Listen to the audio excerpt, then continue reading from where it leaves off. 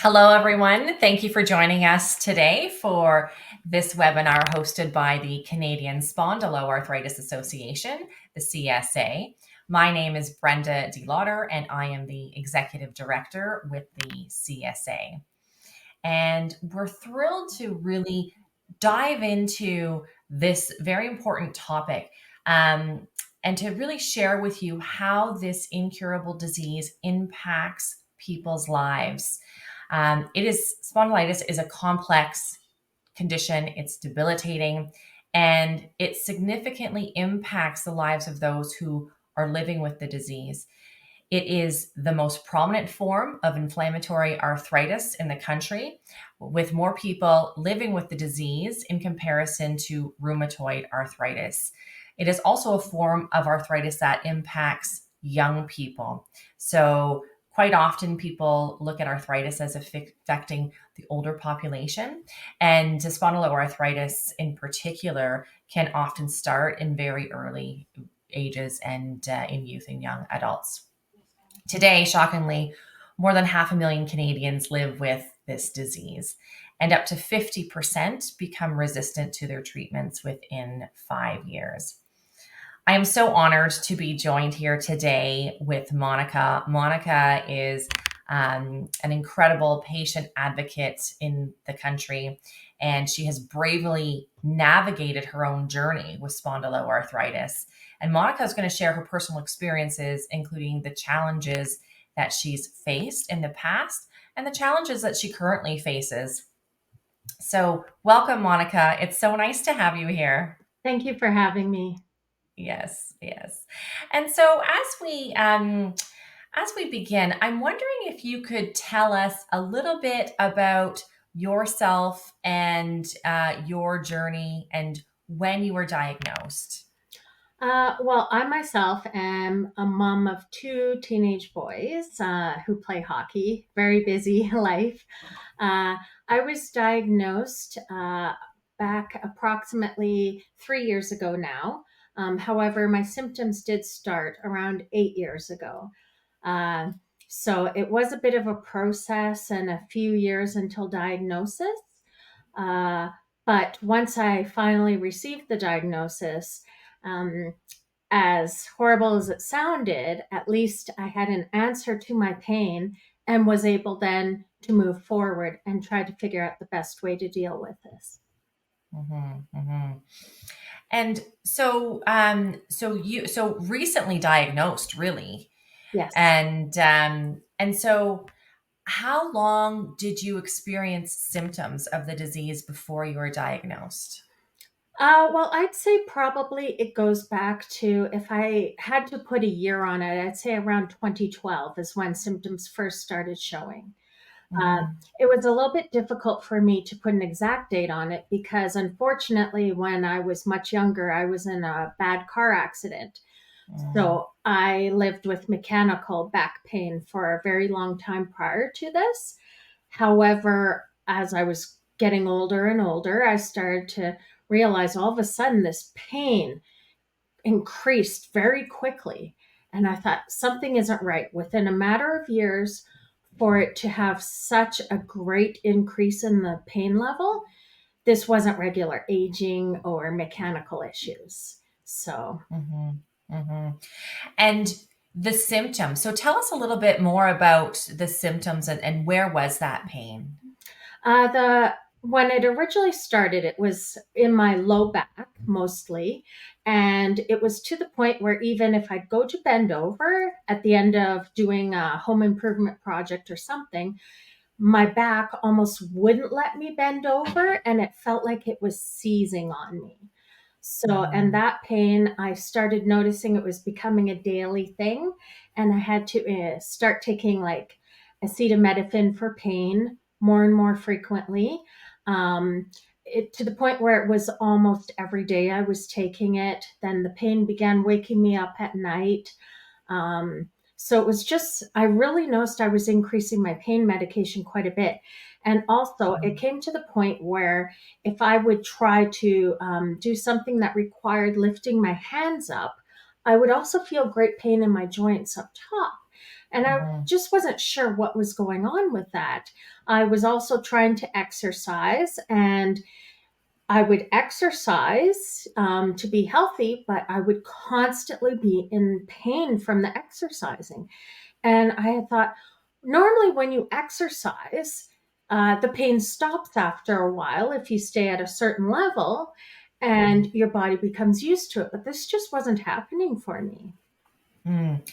It's an unpredictable disease. It can move and affect different parts of the body. So I'm pleased that you raised that point about moving into your shoulders. Quite Mhm. often, it affects the gut. Yeah. It can affect the eyes, and like I said, it is very unpredictable, as you know all too well. Yes. Uh, so spondyloarthritis is relatively unknown. If if you could shed some light, or if there's something that you would like people to understand about the disease, what would that be? The number one thing that I would like people to know is, as you look at me right now, I just look like a normal person. What you don't see is the constant battle I have with pain. I'm always in pain, always. The fatigue is overwhelming. Um, you never know what one day will bring for you, pain wise or fatigue wise. It's so hard to plan anything Mhm. because I'll wake up one morning and possibly not be able to get out of bed. And there's nothing I did to cause this to happen. It just happens. It is unpredictable, not selective, and it really changes your entire life. Mhm, mhm. We hear that a lot. And I'm wondering if you could share a little bit about some of the biggest challenges that you faced after you were diagnosed, and then maybe some of the current challenges or the ongoing challenges that you face in addition to that ongoing chronic pain. Well, just prior to diagnosis, I was actually in so much pain that I spent every single day laying in bed or on the couch with a heating pad. Mm, Just getting up was a struggle. The pain was so severe. I would try to walk, go for groceries or something, and I would just step on one leg, and the pain was so severe I couldn't take another step at all. And I would be stuck in a grocery store, standing there, pulling out my phone to pretend to text someone so I didn't look silly, but I actually couldn't walk anymore. It mhm, was just, the pain was unbearable. So mhm, then I was diagnosed, and once I started my first biologic, I noticed the pain level began to decrease, which was fantastic. And I still was not able to do little things like grocery shopping, cleaning the house. That I can't even do. Um, Little things, bending over to pick something up off the floor. Uh, mhm, Going for a walk, going for coffee with friends. I sit in a chair to have coffee with a friend, and after an hour, I'm in so much pain. Then I have to go home, rest on the heating pad again for a couple of hours before I pick my kids up from school. So I center my day around, if I have an appointment, I can only have one appointment a day. I can only try to do one thing a day, if it's a running an errand or seeing a friend. And I also have to, in each week, I give myself Wednesdays where I do nothing. I put it in my calendar that that's my recovery mhm, day because I just can't function otherwise. The fatigue is just too much. So, a lot of people, it's difficult for them to understand how I can wake up one morning and not even be able to get out of bed. And mhm, unfortunately, it does affect a lot of friendships and relationships. And it's come to the point where, honestly, I just don't bother making plans anymore because I feel bad canceling on people. And I spend a lot of time just sitting at home, on heat, and using some of the tools to help me get through to the end of the day. mm. It really impacts quality of life. We hear Mhm. often from many Canadians that it impacts their relationships, and their ability to have a career and or to excel in that career. Um, I really appreciated that little tip of, you reserve Wednesdays. And do you have any other tips that you could share with people? Some of the things that I do is, like I said, the Wednesday recovery day. Also, I make a list for myself of things that need to be done. And if obviously I can't do most of them anymore. So these tasks that I have, I delegate them to my husband, my kids, who have been very supportive, and my mom and dad also. They've been very supportive. I'm lucky for all of their support. So I do that. When I'm having a bad flare day, I know I need to sleep, because a lot of this disease, personally for myself, if I'm stressed or tired, it will increase the pain levels quite a bit. So I will Mhm. try to get lots of sleep. I will spend lots of my time on a heating pad or in a bath with Epsom salts. I have an SI belt that I use if I need to do something walking around. That Mhm. helps me quite a bit. I also have a medical chair that helps me to stand up and sit down, and it also adjusts angles for my head, my lumbar, and my legs. Mm. This has helped me huge, because the ability to make tiny little tweaks and adjustments constantly to change my position really helps lessen my pain a lot. Um, Mhm. I do currently I do physiotherapy. I also am seeing a kinesiologist and an occupational therapist, as well as a pain specialist. Now, all of these individuals are part of a chronic pain group that I've been going to see. Mm. And this is an individual approach to people's pain and how to deal with it. Because unfortunately, with this disease, it is so specific to each person. One person might have it and not have certain symptoms, and another will have it and have completely different set. Like myself, for example, I do have, the GI issues that you mentioned. Mm. I have Crohn's disease too. Mhm. So that plays a big part in it. My eyesight, my left eye, I've started to lose some eyesight in my left eye. Things like that. And these all affect me. And every single joint, like last week, I couldn't make a fist with my hand from the Mm. pain in my joints, the pain in my ankles, just walking, my knees, going up the stairs. It's a lot. Yes, and it is really, connected. A lot of people do experience, GI and gut issues, sight issues, skin issues. Yes, that too. Yeah. The So list goes on, but yeah. it's one of those things where, like, I'm grateful I had my kids when I did, because I have no Mm, idea how I'd even be able to lift them up right now, mm, if they were babies. Honestly, the pain, it's just for myself. It quickly escalated when I caught COVID, unfortunately.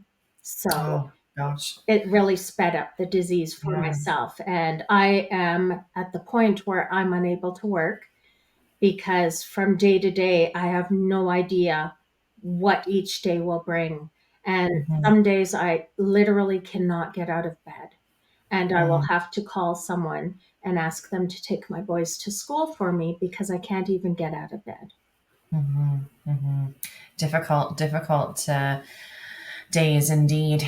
Um, You mentioned medication, so Mhm. biologics, and I'm wondering if you could tell us a little bit about changing medications and the importance of having options and treatment options. Yes. Well, for myself, as I had mentioned, I had IBD, Crohn's disease, originally. And I've read that there is a connection between the Crohn's disease, unfortunately, and the spondyloarthritis. And my specialist had also told me there was this link. So prior to this, I was on some medication for my Crohn's disease. And I had tried several different ones, and I cannot take anti inflammatories because of the Crohn's disease. So that completely cuts out that group of medication for me, which some people are able to take for this disease.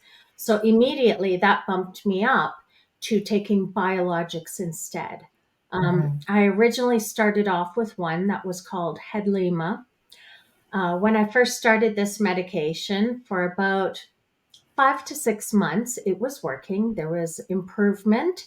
I was feeling really good. I was still having to walk with a cane or a walker, but the pain had decreased at least to a point where I had some quality of life return. And I was able to get off the couch and maybe try to do that one thing a day that I do now.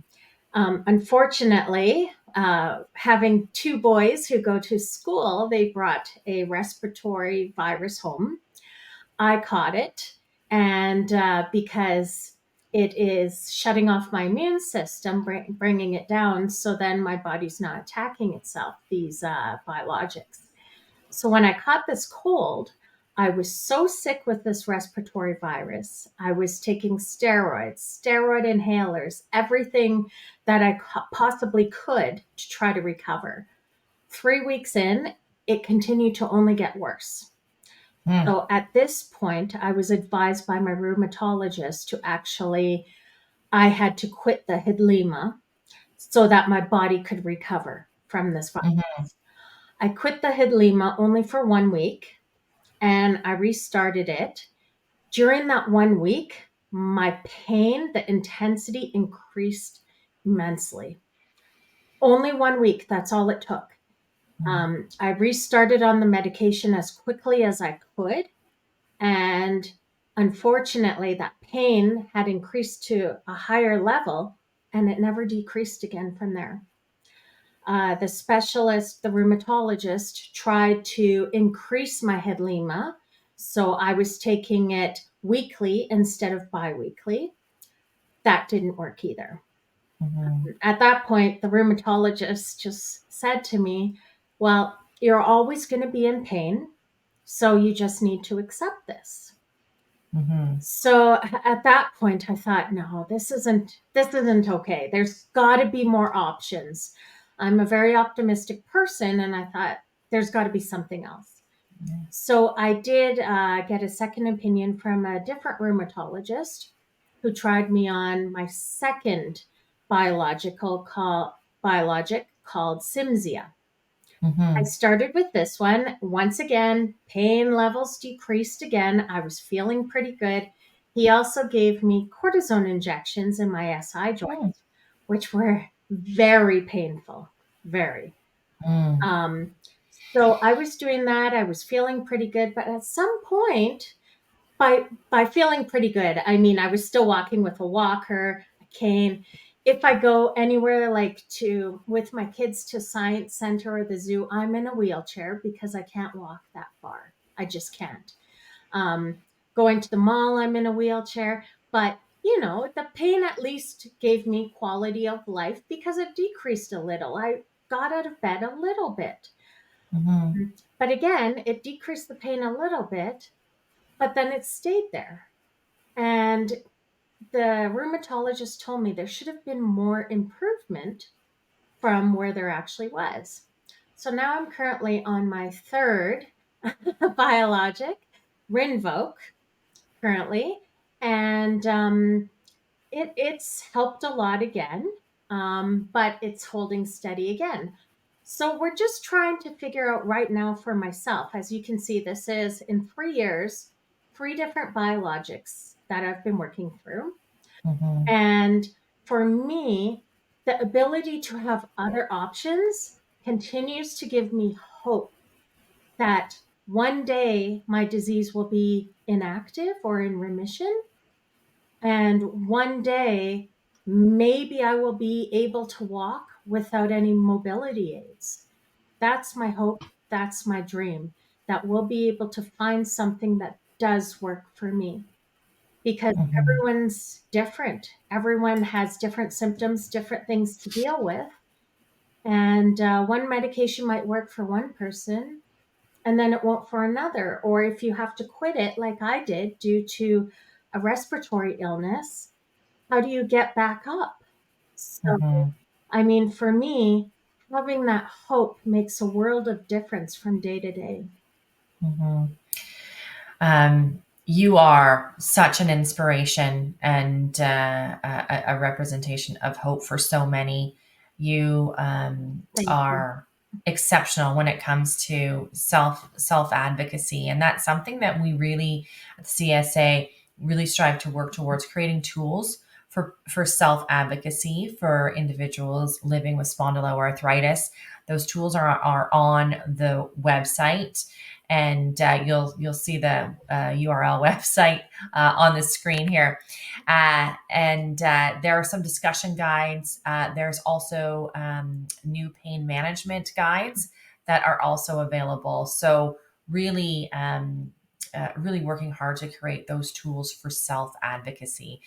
And the CSA also works really hard to advocate for new treatments, to have new treatments available, because so many individuals need to navigate using different options. And especially because 50% of patients become resistant to their treatments within 5 years, we do need that constant stream of new options available. As we wrap up here, I just wanted to ask you if on that vein of hope, do you have any advice, or could you share any insights for those living with spondyloarthritis or who are newly diagnosed with the disease? The biggest thing that I'd like to tell everyone is, although I'm talking now about hope and pushing forward, staying strong, um, I won't let this disease define me, and nobody else should either. Believe me, I've had days where depression takes over because that's a part of it, right? And Mm-hmm. I've had days where I'm so low and I think, how can I go forward with this pain? What is the future going to look like? And Mm-hmm. it's horrible thoughts that come into my head. I tell myself, okay, today's a bad day because we all have our bad days, but tomorrow will be better. So I can have those thoughts for today, but hold out for what tomorrow will bring. Mm-hmm. Tomorrow will always be better. Tomorrow is possibly new treatments will be available, or they will figure out a cure one day. That's my dream, Mm-hmm. to have a Mm-hmm. cure. But I just, although one day might be a bad day, you can't let it take control of your disease, because you have to remember every single day brings something new. And you have to look forward and keep pushing and keep fighting for not just yourself, but everyone else out there with this disease, because we're not alone. There's Mm-hmm. so many people, since I have been sharing my story with others, so many people have come to me and said, you know what? I know someone suffering with this disease too. And when I was first diagnosed, I had no idea what it was. Yeah, So, like many people. Thank you for sharing that. And you know, on that, that word, advocate. mhm, You are a true advocate for Canadians, and so is, I have to say, so is your husband Matthew, who just recently finished a fundraising event where he rode his bike to raise funds, and raised approximately $50,000 to help support people who are battling with this disease. So just have to say thank you. You are a household of advocates for others. And Yes, I we am are for so sure grateful. very fortunate with the support I received from my parents, my husband, and my boys. And actually, even my boys' friends, like I'll take them to the mall, maybe shopping, and they all argue over who pushes me in the wheelchair. So, and I have to try and look at the positive. Yes, I'm in a wheelchair, but my joke is I'm a princess, so someone has to push me. There you go. So I just wanted to say thank you so much for sharing, and being so candid with us about your experience. It takes a lot of courage, and I also wanted to say that the CSA community is over 10,000 individuals, and you're not alone. So people who are watching this, you are not alone. There is a community here that is ready to support you, and who understands, what you're going through. Although everyone's experience is unique, just like Monica had mentioned, we definitely acknowledge that for sure. So thank you, Monica, for your time, and for those looking for support, or for some resources, or for some tools to help to navigate this disease, please visit our website, contact the team at the CSA. We are here to serve you. Thank you very much. Thank you. And one thing I'd just like to add to that is before you go to your appointments, everyone, write down what symptoms you're having and your Mhm. questions and concerns as they come up leading to the appointment. That is very important. And bring someone with you to take notes at your appointment because they can be Mhm. overwhelming what we're being told. And it's helpful Mhm. to have a second person there to take notes for later. Really, really great advice. Thank you for adding that. That's really valuable. Thank you so much. Thank you. We'll see everyone soon. Thank you. Bye.